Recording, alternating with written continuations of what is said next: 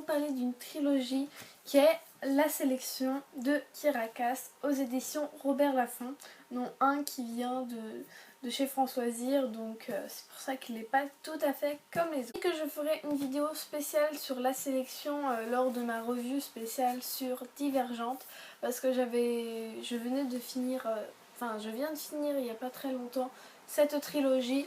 Et j'ai pas mal de choses à dire dessus, que ça soit positif ou négatif, même si plus de positif ressortira, même s'il y a plusieurs petits points qui sont négatifs, qui font que ça n'a pas été un coup de cœur, même si j'ai beaucoup aimé lire et j'ai passé un très bon moment. Donc je vais vous faire un petit résumé, lire le résumé parce que il résume assez bien le livre. Et je compléterai s'il manque des petites choses. 300 ans ont passé et les États-Unis ont sombré dans l'oubli. De leur ruine est née Iléa, une monarchie de caste. Mais un jeu télé-réalité pourrait bien changer la donne. Elles sont 35 jeunes filles. La sélection s'annonce comme l'opportunité de leur vie. L'unique chance pour elles de troquer un destin misérable contre un monde de paillettes.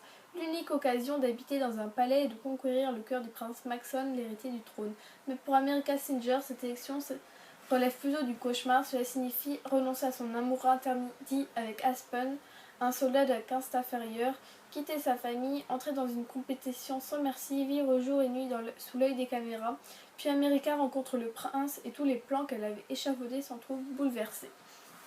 Donc on va suivre America Singer qui est ici, donc qui va faire la sélection, même si elle n'a pas envie, donc je vais pas vous spoiler, mais j'explique un petit peu. Qui n'a pas envie de participer à la sélection, mais on lui force un petit peu la main. Et au début, elle va faire tout pour être éliminée, mais elle va rencontrer le prince. Et elle va s'attacher un petit peu à lui. Et il va se passer des choses. Donc pour résumer un petit peu grossièrement, un résumé vite fait, c'est un peu comme le Bachelor. Voilà, tout est dit en disant ça. Apprécié ce premier tome. Ma grand-mère m'a acheté ce deuxième tome qui vient de chez Françoisir, vu qu'il n'y a pas Robert Laffont.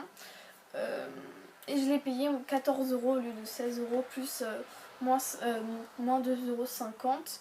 Donc ça faisait dans les 11 €, 11 €, enfin voilà, dans ces eaux-là. Et ma grand-mère me l'a acheté avant que j'ai fini le premier parce que il y avait une réduction. Et franchement celui-là c'est vraiment très joli, la couverture, même si je préfère la première et encore plus la dernière. Ah, j'arrive plus à parler. Donc ça c'est la suite, hein. Le prince a restreint a diminué la sélection qui est devenue l'élite vu qu'il y a moins de candidates. Parce qu'il y avait un problème avec les rebelles, parce qu'il y a quand même une histoire de rebelles vu que c'est une dystopie. J'ai moins aimé ce deuxième tome là parce que le triangle amoureux est plus présent. Et au début j'ai trouvé que America changeait trop d'avis.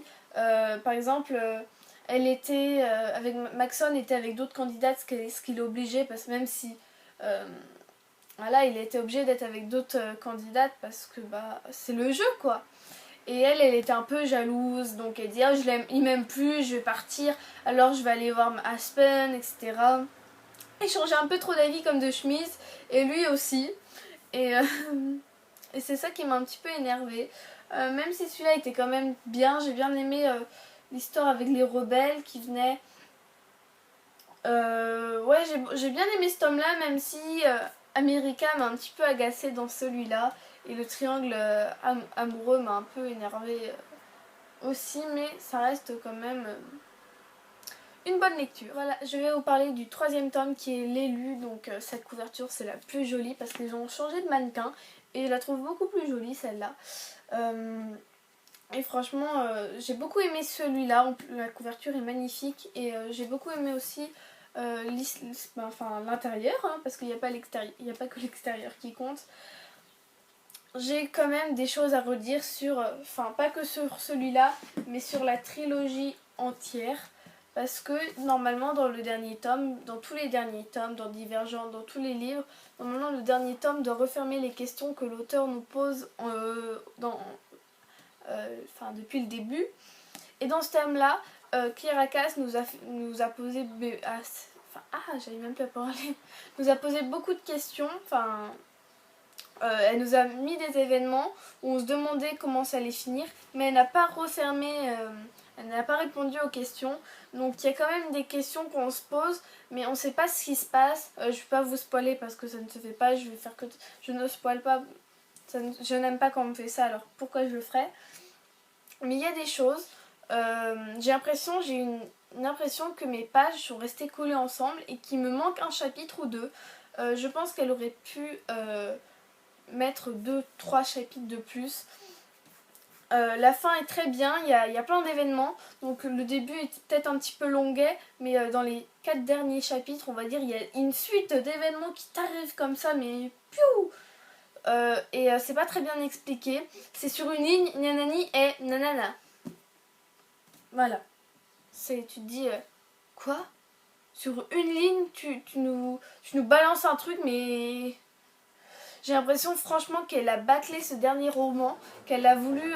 pas qu'elle a bâclé, mais que la fin, qu'elle a un petit peu bâclé quand même la fin, qu'elle a voulu qu'elle a voulu se dépêcher de terminer son roman, alors qu'elle aurait pu approfondir certaines choses. Si vous avez lu ce roman, vous savez de quoi je parle.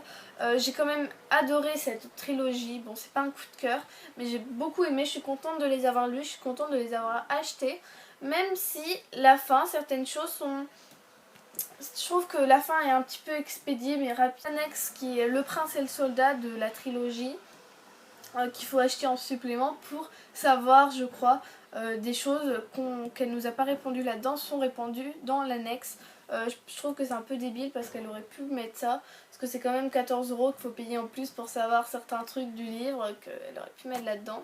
Donc je sais pas si je vais l'acheter, mais il paraît que dans l'annexe on sait des trucs qu'on ne sait pas là et qu'on a envie de savoir. Donc à voir. J'ai beaucoup aimé cette trilogie, même si, comme j'ai dit, il y a des petites choses à redire. C'est quelque chose que je peux vous conseiller si vous aimez tout ce qui est princesse, etc. Il y a quelque chose aussi qui m'a un petit peu... Mais pas que dans le premier, pas que dans le dernier, pas que dans le deuxième. C'est que la dystopie est absente. Il y a des moments où elle est, mais... l'auteur néglige la dystopie pour la romance et je trouve ça vraiment dommage parce que ça pourrait être sympa, mais c'est plus la romance, surtout dans le deuxième je crois, que la dystopie n'est pas du tout présente. Non, c'est pas dans le deuxième, mais il y en a dans un des tomes, et la dystopie est absente. Je crois que c'est pas dans... Je sais plus dans lequel c'est, mais je parle de la trilogie globalement. La dystopie est quand même négligée pour la romance et je trouve ça dommage. J'aurais aimé qu'il y ait un petit peu plus de dystopie et que la romance soit un petit peu moins présente pour laisser un petit peu plus de dystopie. C'est mon avis, mais ça reste quand même une très bonne trilogie. Bon, pas à la hauteur de Divergente, mais j'ai quand même beaucoup aimé. Aussi, vous avez lu la sélection, dites-le moi si vous avez eu la même impression de pages collées dans votre livre ou de pages arrachées, absentes, comme vous voulez.